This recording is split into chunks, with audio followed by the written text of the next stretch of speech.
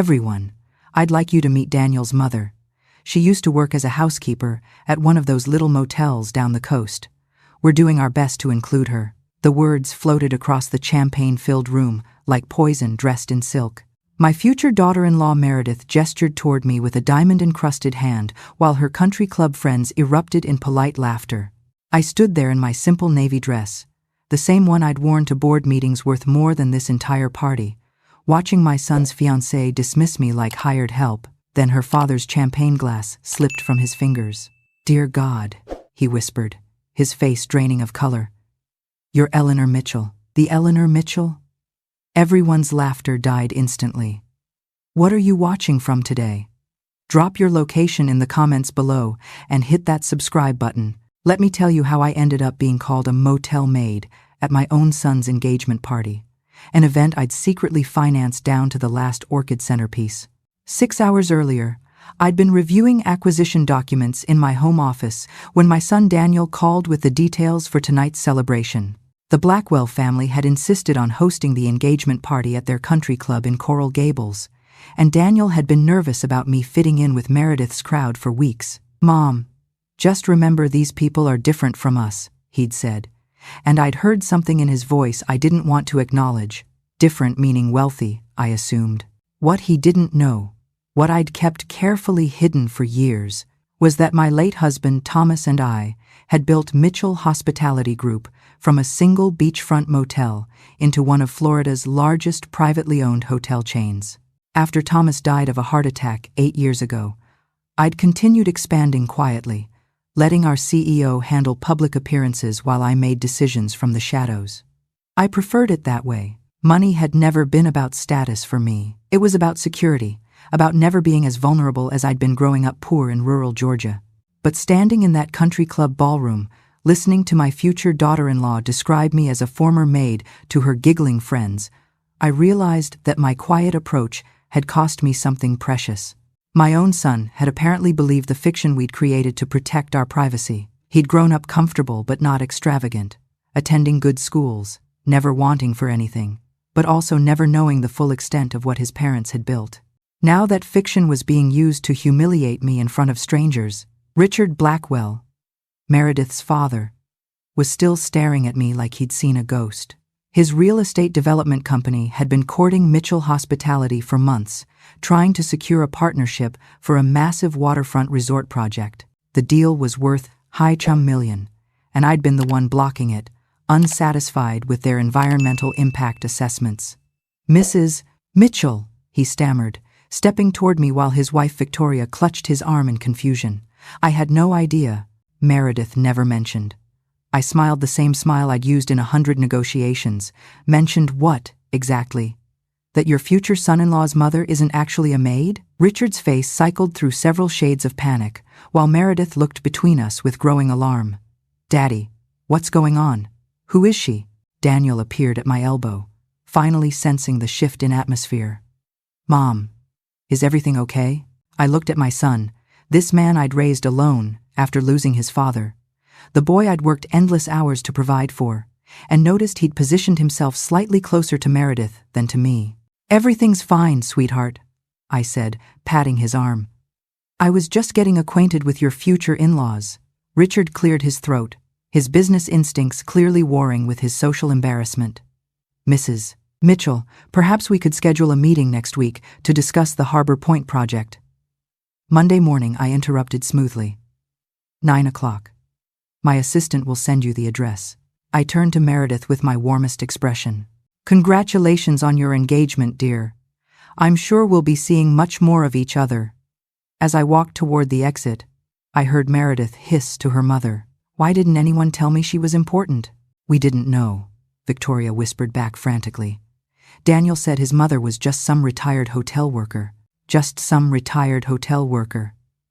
I made it to the bathroom before letting myself feel the full weight of those words. In the mirror, I saw a woman who'd spent 40 years building something meaningful, a woman who'd raised a son alone, paid for his education, his car, his apartment, and yes, secretly covered half the costs of this engagement party through an anonymous contribution to the Blackwell family's country club account. A woman who'd been called a maid by people who didn't realize she could buy their entire social circle with a single phone call. But most importantly, I saw a woman who was finally understanding why her son had grown so distant. My phone buzzed with a text from my assistant, Richard Blackwell, already requesting meeting confirmation. Should I schedule? I smiled at my reflection and began touching up my lipstick. Monday was going to be very interesting indeed.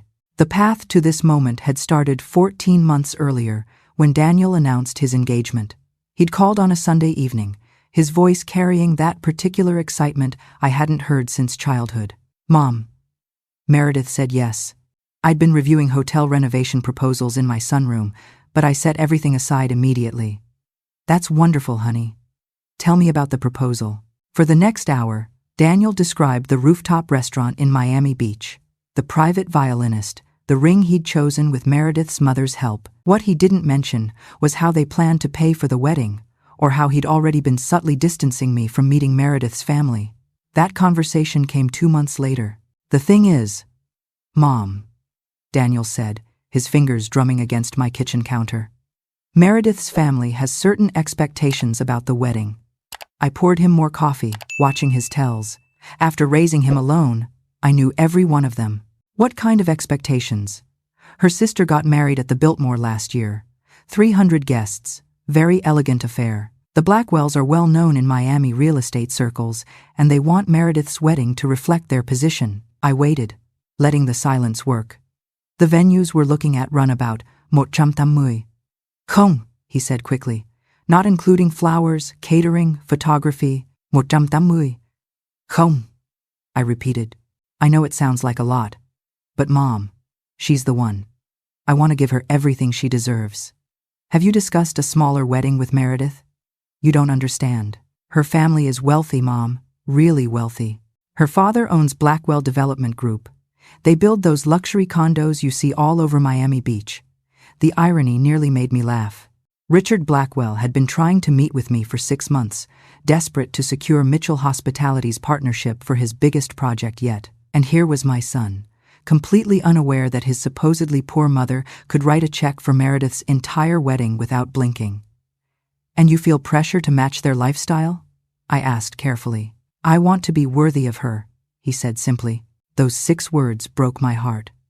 I'd raised this boy to believe he was worthy of anything, anyone. How had I failed so completely that he thought love required a price tag? But looking at his hopeful face, I felt the familiar pull of maternal love overriding common sense. How much help are we talking about? Maybe hai cham, không, hai cham nam mui, không at most. The number sat between us like an uninvited guest. "Daniel, that's more money than most people save in a decade." "I know, but you can afford it, right? You've got Dad's life insurance, and you mentioned the motel did well before you retired." My husband's death had left me far more than comfortable, but hearing my son calculate his father's life so casually made something tighten in my chest. "Let me think about it," I said. That night, I sat in my husband's old office, looking at his photograph on the desk. We'd built Mitchell Hospitality together, starting with a rundown beachfront property and growing it into a bone-chum million empire. After he died, I'd continued his vision, making strategic acquisitions, expanding into the Caribbean, becoming one of the most influential figures in Florida's hospitality industry, all while staying deliberately invisible. "What would you do?" I asked his picture. But I already knew. Thomas had always been too generous with Daniel, unable to deny him anything. The next morning, I called my son and told him yes. Looking back now, standing in that country club bathroom, after being called a maid, I realized that single word had set everything in motion, because by Monday morning, I wouldn't just be Daniel's anonymous benefactor.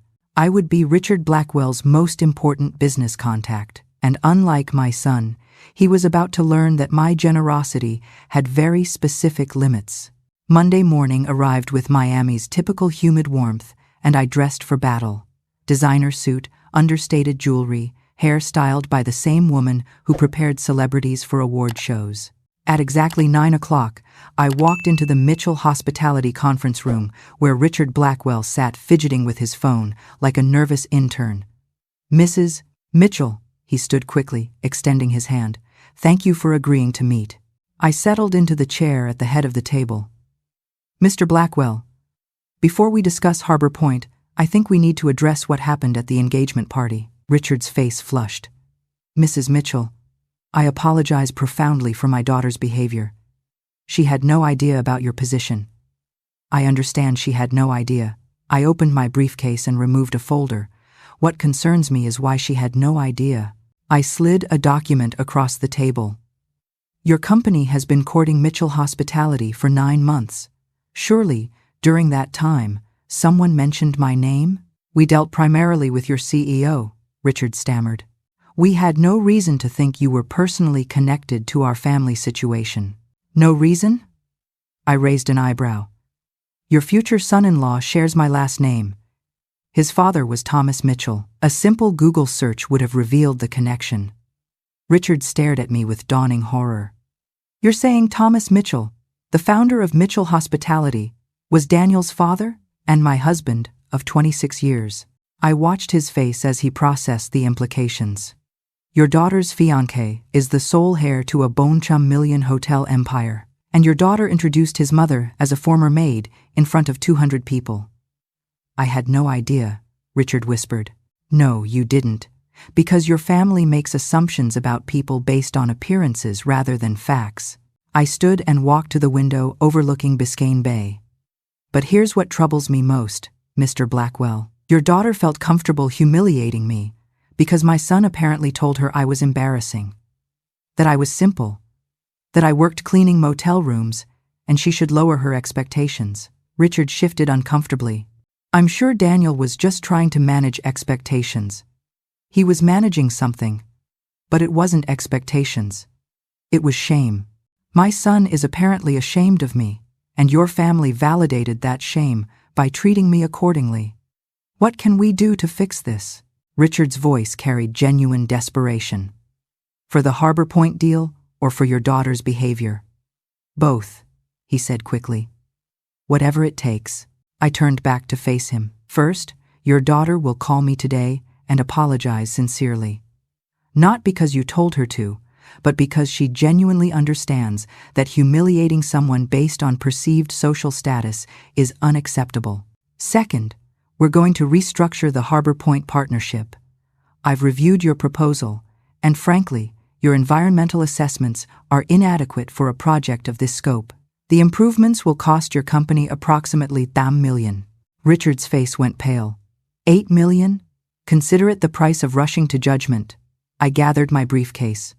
Third, I want to meet with your wife for lunch this Friday. If I'm going to be part of your family, we should understand each other properly. And the deal? Richard asked weakly. The deal depends entirely on how your family handles the next 72 hours. Your daughter's apology will happen today. The environmental improvements will begin immediately, and your wife will explain to me exactly what your family believed about me before that party. After he left, I sat alone in my office, watching the boats move across the bay. My assistant knocked softly. Mrs. Mitchell, your son is online too. He says it's urgent. I picked up the phone. Daniel. Mom, what's going on? Meredith just called crying. Her father came home from your office, looking like he'd seen a ghost. She says you threatened their business? I didn't threaten anything, sweetheart. I simply clarified some facts. Facts about what? About who I actually am, and about who you've been telling them I am. The silence stretched for nearly 10 seconds. Mom, I don't know what you're talking about. Really? I kept my voice calm, despite the anger building inside me. So you never told Meredith that I was a former motel housekeeper? That I was embarrassing? That she should lower her expectations for my social abilities? I was just trying to help her understand. Understand what, exactly? That your mother isn't sophisticated enough for her country club friends? That's not fair. What's not fair is spending Hai Cham Nam Mui home on your engagement party and wedding while being introduced as the help. The line went completely silent. You paid for the engagement party? I covered half the costs through the country club. I've also committed to covering the entire wedding, which was supposed to be a gift. But now I'm reconsidering. Mom, please. I didn't know. You didn't know I was wealthy, Or you didn't know it was wrong to be ashamed of me either way? There was no good answer, and he knew it. After a long pause, Daniel finally spoke. Can we meet for dinner tonight? I need to explain. 7 o'clock, I said. My house. We'll talk about what explain actually means. I hung up and looked out at the bay again, wondering when I'd stopped recognizing my own son. Meredith's apology call came at 4 o'clock, her voice thick with tears. Mrs. Mitchell, I don't even know where to begin. I owe you an apology that I can't possibly put into words. Go ahead and try, I said, settling into my home office chair. What I said at the party was cruel and inexcusable, calling you a maid, implying you weren't welcome. All of it was wrong regardless of your actual background. You're Daniel's mother, and I should have treated you with respect simply because of that. I said nothing, letting her continue. I've been thinking about why I did it, and I'm ashamed to admit that I was showing off for my friends. I wanted them to see that I was marrying up, that Daniel's family wasn't competition for my social position. I used you to make myself look superior. And how do you feel about that now? I asked, like the kind of person I always swore I'd never become. My mother raised me better than this. My grandmother immigrated from Cuba with nothing and built a life through hard work. She would be ashamed of me today. This was more honest than I'd expected. Continue. Daniel told me things about you that I accepted without question, that you were simple, controlling, that you used money to stay involved in his life. I never bothered to form my own opinion. Instead, I helped my family look down on someone who was only guilty of raising a successful son. I took a slow breath, processing her words. Meredith, let me ask you something. What specifically did Daniel tell you about my character? He said you had trouble letting go, that you treated him like a child, that you'd probably try to take over the wedding planning, and I should establish firm boundaries early. He said she added quietly that you were embarrassing in social situations, and I should prep my friends not to expect much. The words hit like physical blows. My own son had systematically poisoned his fiancée against me, while simultaneously accepting my money. Thank you for your honesty, I said finally. That took courage. Mrs. Mitchell, I know I don't deserve your forgiveness. I'm just asking for a chance to prove I can be better. We'll see. I'll give that some thought. After hanging up, I sat in the growing darkness, trying to reconcile the Daniel I thought I'd raised with the man Meredith described. A man who took my money while resenting my existence. A man who taught his fiancée to see me as an obstacle rather than a resource. My phone buzzed with a text from my assistant. Victoria Blackwell confirmed for Friday lunch. Private room at Palazzo. I had 3 days to decide what kind of relationship I wanted with this family, assuming I wanted one at all. Dinner with Daniel that evening was a study in awkward silences and half-truths. He arrived looking haggard, clearly having spent the day processing the revelation of my actual identity. Mom, he started, before I could even pour the wine. I had no idea about the hotels. Dad never told me. Your father wanted you to earn your own success, not coast on ours. We decided together to keep the business private until you were established in your own career. But I'm not established, Daniel said miserably. I'm working at a mid-level marketing firm making 60,000 a year.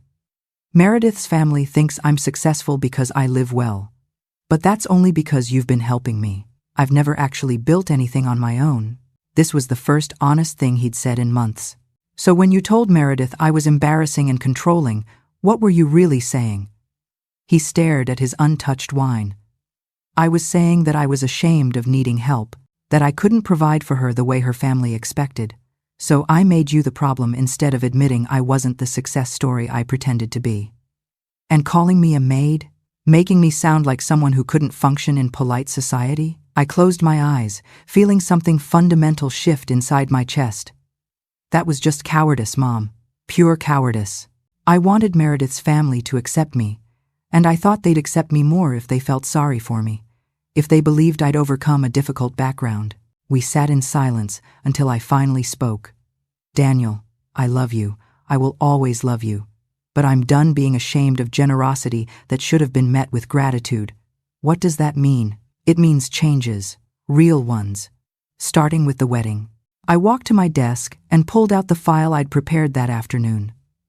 I've been paying for 90% of your wedding costs through various anonymous contributions. The venue deposit, the catering advance, the floral arrangements, all of it has been me. That ends now. Mom, please. The Blackwells are expecting a certain standard, then the Blackwells can pay for it. I closed the folder. I'm not financing a celebration where the bride's family considers me beneath them. Daniel's face went pale. They don't think that anymore. They know who you are now. They know I'm wealthy now. They still don't know who I actually am. Neither do you, apparently. The real confrontation came the next day, when Daniel called with news I hadn't anticipated. Mom, Meredith found something in my desk. Financial documents. Her voice was shaking when she called me. What kind of documents? I asked, though a cold dread was already forming in my stomach. Loan applications, credit card statements, overdue notices from collection agencies. The line went silent for several seconds. Daniel, what have you done? When he arrived at my house an hour later, he was carrying an envelope that seemed to weigh more than its paper contents. Mom, before you open that, I need you to understand that I was desperate. I never meant for it to go this far. I took the envelope and spread its contents across my dining table. Loan applications totaling 180. Credit card statements showing purchases at casinos across Florida. Collection notices dating back 18 months. And most damning of all, an application for a home equity loan against my property, with my signature forged at the bottom. You forged my signature, I said quietly, my voice barely above a whisper, to secure a loan against my house. I was going to pay it back. You were going to steal my home to cover gambling debts. It's not stealing if I was always going to repay. Daniel. The voice leaving me. That's exactly what stealing is. He slumped into a chair, the facade finally crumbling completely. It started small. A few poker games with Meredith's brother. Then the casino trips. I kept thinking I could win back my losses, and every time I lost more, I borrowed more to recover. I looked at the documents spread before me. Collection agencies, forged signatures, nearly high chum, home in debt hidden from everyone who loved him. How long? 2 years. Before Meredith and I even got engaged. And the lifestyle you've been maintaining, the apartment, the car, the expensive dinners, all financed by debt. Debt I secured using your credit and reputation. He looked up with tears streaming down his face. Mom, I'm so sorry. I never wanted you to find out like this. I never wanted anyone to know. I gathered the documents and placed them back in the envelope. Daniel, you've committed multiple felonies. Identity theft, fraud, forgery. These aren't family problems. They're crimes. Please don't call the police, he begged. I'll pay everything back. I'll get help for the gambling. Just please don't destroy my life. I looked at this stranger, wearing my son's face, and felt something break permanently inside my chest. You destroyed your own life, sweetheart.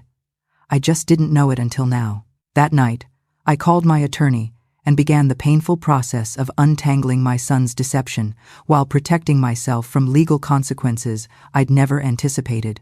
The resolution took 3 weeks to orchestrate. My attorney created a framework where Daniel would confess to his crimes, seek treatment for gambling addiction, and repay every penny through a structured agreement that would take 15 years to complete. Meredith, upon learning the full truth, took a month to consider her options before ultimately deciding to stay with Daniel. Though their wedding was postponed indefinitely and significantly scaled back, the Blackwell family, humbled by both their treatment of me and their discovery that Daniel's fraudulent lifestyle had been partly funded by schemes they'd unknowingly facilitated through casino trips and gambling parties, became unexpectedly supportive of Daniel's recovery. But the most surprising transformation was my own. 6 weeks after that engagement party, I stood in my office and made a decision I'd been avoiding for years. I stepped out of the shadows. Mitchell Hospitality Group announced its succession plan, naming me publicly as the company's controlling owner and chairman. The business world that had known me only as Thomas Mitchell's widow finally met the woman who'd been running things all along. The Harbor Point project eventually moved forward, with Richard Blackwell as a chastened but genuine partner. His environmental improvements exceeded my requirements, and he credited the delay with forcing his company to build something actually sustainable rather than merely profitable. Meredith and I developed an unexpected friendship, united by our shared experience of loving a man who disappointed us both. And Daniel? He's currently in his 3rd month of residential treatment, sending me weekly letters that I save but haven't answered yet. Maybe I will someday. Maybe forgiveness will find its way back into my heart. For now, I'm focused on something I'd neglected for too long, being seen for who I actually am, rather than hiding behind comfortable anonymity. The woman they called a maid at that engagement party? She turned out to be the most powerful person in the room. But more importantly, she finally learned that power means nothing if you let people shame you into hiding it. Thanks for listening. If you've ever been underestimated by people who should have known better, share your story in the comments. And don't forget to subscribe. Your voice matters.